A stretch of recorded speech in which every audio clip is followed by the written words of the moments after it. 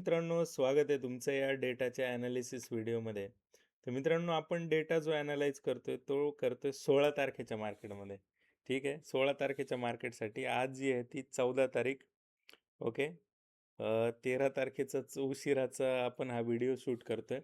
तर मित्रांनो, तुम्ही बघू शकत असाल आजचा डेटा कसा आलाय. 13 तारखेच्या एंडचा जो डेटा आहे तो कसा आलाय, कशा पद्धतीने.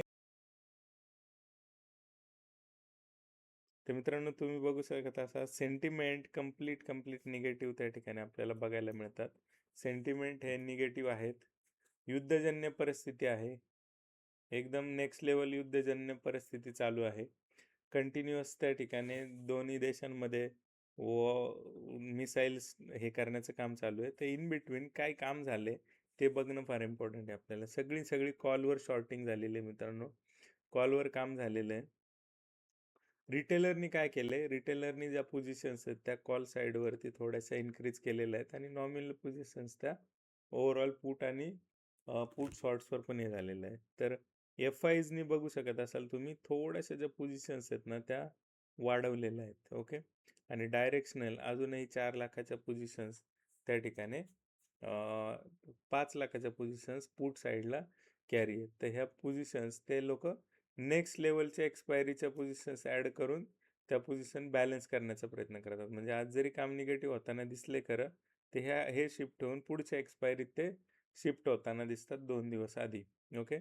प्रॉप डेस्क ऑलवेज प्रॉप यांनी दिवसभरात जे काम केलं असेल ते केलं असेल, पण नेट टू नेट जे घेऊन गेलेत ते अशा पद्धतीने. तर पोझिशन्स थोड्याशा मॅनेज करून त्या ठिकाणी 1,35,000च्या निगेटिव्ह पोझिशन्स त्यांच्याही सुद्धा कॅरी आहेत. तर ते लाँग रनमध्ये असं फार वेगळं काही करत नाही. तुम्ही बघू शकत असाल दोन्ही पोझिशन बॅलन्स आणि एक हेज पोझिशन्स असतात. त्यामुळे असं जी मेजर रिस्क आहे ती प्रॉप डेस्कवाले ओव्हरनाईट नाही घेत. ओके. तर हे इंट्राडे गेम फिरवतात. इंट्राडेमध्ये जेवढं होईल त्या हिशोबाने ते मॅनिप्युलेशन त्या ठिकाणी करत असतात. F I still continuous negative आणि रिटेलरचा कुठला कॉन्फिडन्स बूस्ट होतोय आय डोंट नो. ह्यांना काउंटर पार्टी कोणीतरी हेच लोक आहेत ना, तर हे एवढ्या 10 लाखाच्या पोझिशन्स पॉझिटिव्ह घेऊन कुठं चाललेत आणि यांना काय अपेक्षित आहे. ओके. एखाद दुसरा बाउन्स येईल नो डाऊट. छोटा मोठा एखादा बाउन्स येईल सुद्धा. आता जे बाउन्सेस किंवा हे जे मार्केटचं स्ट्रक्चर बघताय तुम्ही, रिटेलर आहे ना ह्या लेवलला सुद्धा कॉन्फिडन्स शोधत असेल. यार इथं बेस बनला काय आता. आता 26चा नाही, आता 23,000चा बेस. ठीक आहे. तर मित्रांनो 23,000 पण कधी उडेल कळणार नाही. ठीक आहे. तर इथून तो सपोर्ट शोधत बसला असेल, इथून वरती गेल्यानंतर आलाय सपोर्टला, पुन्हा घे, परत तुटला, आता काय खरं नाही. ठीक आहे. परत वाटला असेल हाच बेस आता 23,100. ओके. इथून वरती जाईल का. तर हे दिवस रात्र किती दिवस करणार तुम्ही. मार्केटच्या आतमध्ये काय आहे, डेटाच्या ज्या रिअल पोझिशन्स आहेत त्या आहेत. आणि रिअल पोझिशन्स आपल्याला काय सांगतात, ह्या निगेटिव्ह आहेत. ओके. आता हा एक्सपायरीचा गेम असतो. 7 दिवसांची एक्सपायरी आहे. ह्या 7 दिवसांच्या एक्सपायरीमध्ये जे घेतलंय ते विकत घ्यावं लागतं ना. ठीक आहे. ओव्हरऑल सेंटिमेंट सेल करण्याचे, सेल करून विकत घेण्याचे. आता हे जे बाय करायचे ते कुठल्या तरी एका लेवलला बाय करावं लागेल. आणि एवढ्या मास पोझिशन ज्या आहेत त्या जर आल्या त्याच्यामध्ये बाय करायला, एक पॉसिबल रिकव्हरी येईल. पण याचा अर्थ सगळं काही पॉझिटिव्ह झालं का असं नाही होत. पण तिथून ते पुन्हा निगेटिव्ह साईडला घेऊन जाण्यासाठी प्रयत्न होतात. तर अशा पद्धतीचे हे डेटा त्याचं लॉजिक्स मी तुम्हाला समजावत असतो मित्रांनो. फार इम्पॉर्टंट आहे. डायरेक्शन जे आहेत ते आपल्याला फाइंड आउट करता येतात. ह्या ओ आयच्या डेटावरून काही PCR डेटा आणि अजून बरेचसे डेटा पॉईंट्स आहेत त्याच्यावर आपण ते फाइंड आउट करतो. बीड आणि ऑफरचे ॲनालिसिस आहेत त्याच्यावर आपल्याला कळतं की कशा पद्धतीच्या पोझिशन ॲक्च्युअल इन्साइट्स आपल्याला त्या ठिकाणी देण्याचा प्रयत्न करतो. अगेन अनाऊन्समेंट आहे. ओके. तुम्ही खूप दिवसांपासून व्हिडिओज बघतायत, फॉलो करतायत, पण ॲक्च्युअल लर्निंग जे आहे ते फार इम्पॉर्टंट आहे. ओके.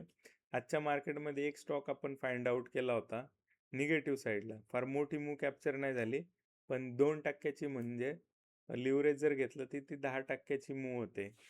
ही 10%ची मूव कॅपिटलवरती कॅपिटलवरती अशी इंट्राडेमध्ये 2%ची मूव पण आपल्याला कॅप्चर करता येते. तर पार्टिसिपंटला मी हे दिलं होतं 57.70 ची जी रेंज होती सकाळच्या वेळात, की इथून मार्केट जे आहे ॲटलिस्ट हा शेअर जो आहे तो खाली राहण्यासाठी प्रयत्न करेल. तर चांगलं आहे. ऑलमोस्ट 1 रुपयाची रॅली त्या ठिकाणी दिली आणि 50 रुपयाचा शेअर 1 रुपयाची रॅली देतोय म्हणजे 2% रिटर्न आहेत. तुमच्याकडे 20,000 आहेत. ते 20,000चे तुम्ही 1,00,000 रुपये 5 टाइम्स लिव्हरेज घेऊन, ओके, लिव्हरेज घेऊन मी छोट्या लोकांसाठी सांगतो. लिव्हरेज घेऊन जर काम केलं तर हे 20,000चे 1,00,000 रुपये होतील.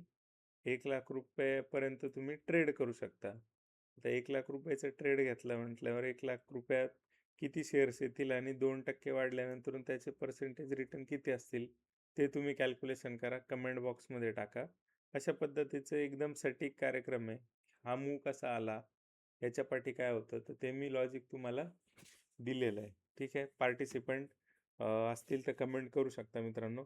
तर हे आहे लाँग रनचं गणित, की आपल्याला काही प्रॉबॅबिलिटी घेऊन काही डेटाचे बेसिक सिक्रेट शिकून आपल्याला त्या स्टॉकवर काम करता येईल आणि पुढे जाता येईल. ठीक आहे. तर मित्रांनो, डेटाचं गणित बघितलं. तुम्हाला अनाउन्समेंट सांगत होतो. इथपर्यंत व्हिडिओच्या शेवटपर्यंत आला असाल आणि तुम्ही प्रेम देताय त्याबद्दल धन्यवाद. एप्रिलची जी बॅच आहे ती चालू होते 2 एप्रिलपासून 22 एप्रिलपर्यंत. ओके. ह्याच्यामध्ये आपण काय शिकणार आहे, बेसिक्स टू ॲडव्हान्स सगळं आणि सगळं ऑप्शन, स्टॉकपासून तर ॲडव्हान्स ऑप्शनपर्यंत आपण या गोष्टी शिकणार आहे. तर असे जे शेअर्स आहेत ते पुढच्या 5 वर्षात मल्टीबॅगर म्हणजे ॲटलिस्ट 5x 10x कसे होतील ह्यासाठीचे काय थॉट प्रोसेस आहे ती मी देण्याचा प्रयत्न करतो. इंट्राडे इक्विटी जे स्टॉक्स आहेत ते 20-20% वरती जातात. इवन मार्केट 300-400 पॉईंट खाली असलं तरी. ओके. एवढं पॉवरफुल हे सेटअप आहे. त्याच्यानंतरून स्विंग ट्रेडसाठी काही शेअर जे 20% वर जातात विदिन 1 मंथ, ते कुठून येतात ते फाइंड आउट कसे करायचे त्याबद्दल आपण बोलत असतो. तिसरी गोष्ट, अशी एक ऑप्शनची स्ट्रॅटेजी की ती लाँग रनमध्ये रोल ऑन बेसिसवरती, म्हणजे ती आपल्याला इंट्राडे कुठलाही ट्रेड नाही करायचा. तो न करता आपल्याला 30 ते 70% रिटर्न ॲन्युअली आपल्याला ती काढून देईल. ओके. Without trade. काही ॲडजस्टमेंट असतात वीकली वन्स ट्वाईस, ते आपल्याला करावं लागतात. एवढं सगळं गणित जे आहे ते ही जी शीट आहे ही कशी बनवायची, हा डेटा कुठून येतो, त्याच्या पाठी काय लॉजिक्स असतात, हे सगळं आपण डिटेलमध्ये शिकण्याचा प्रयत्न करतो मित्रांनो. ठीक आहे. तर अशा हिशोबाचं हे आहे. ज्यांना जॉईन व्हायचं आहे त्यांनी इथं एनरोल करून टाका. मी ऑलरेडी लिंक दिलेली आहे. विचार कशासाठी करायचा, पोर्टफोलिओ एवढे लाल झालेले आहेत, त्या पोर्टफोलिओला वाचवायचं कसं, चांगले स्टॉक आपल्या पोर्टफोलिओत ॲड कसे करायचे त्याबद्दल आपण चर्चा करतो. त्याबद्दल याच्यात शिकतो आपण. तर हे पोर्टफोलिओ जेवढे पण रेडमध्ये आहेत त्यांनी तर अजिबात विचार नाही केला. असे तुमचे 10,000, 5,000, 20,000 रोज तुटतायत आणि तुम्ही शिक्षणावर खर्च नसेल करत आणि हे फक्त बघत बसले असाल ही रॅली, की 10% जो पोर्टफोलिओ जो आलाय खाली आणि बघत बसलेत आणि विचार फक्त एकच आहे, की कधीतरी वरती जाईल, कधीतरी जाईल, त्यावेळी जाईलच. पण हे वाचवता येऊ शकलं होतं का? असतं का? तर येस, हे 100% वाचवता आलं असतं. त्याच्यात तुम्ही मागे पडलात. त्यासाठी तुम्हाला पाहिजे राईट एज्युकेशन आणि ते मी देण्याचा प्रयत्न करतोय. इंटरेस्टेड असाल, फार वेळ वायाला घालू नका. एप्रिलच्या बॅचला जॉईन करा. पुढची जर्नी आपण सुकर करूया. ठीक आहे. तर मित्रांनो, अशा पद्धतीचा डेटा आहे. 2 दिवस आधीच मी डेटा देत असतो, ओरडून सांगत असतो. तर चॅनलला फॉलो करायला, मित्रांना पोचवायला त्या ठिकाणी तुम्ही पोचू शकता. ठीक आहे. अगेन मी कलर चेंज केलेला आहे, तुम्ही बघितलं असेल. डेटा निगेटिव्ह आहे पण कलर इथं एकदम डार्क रेड नाही आहे.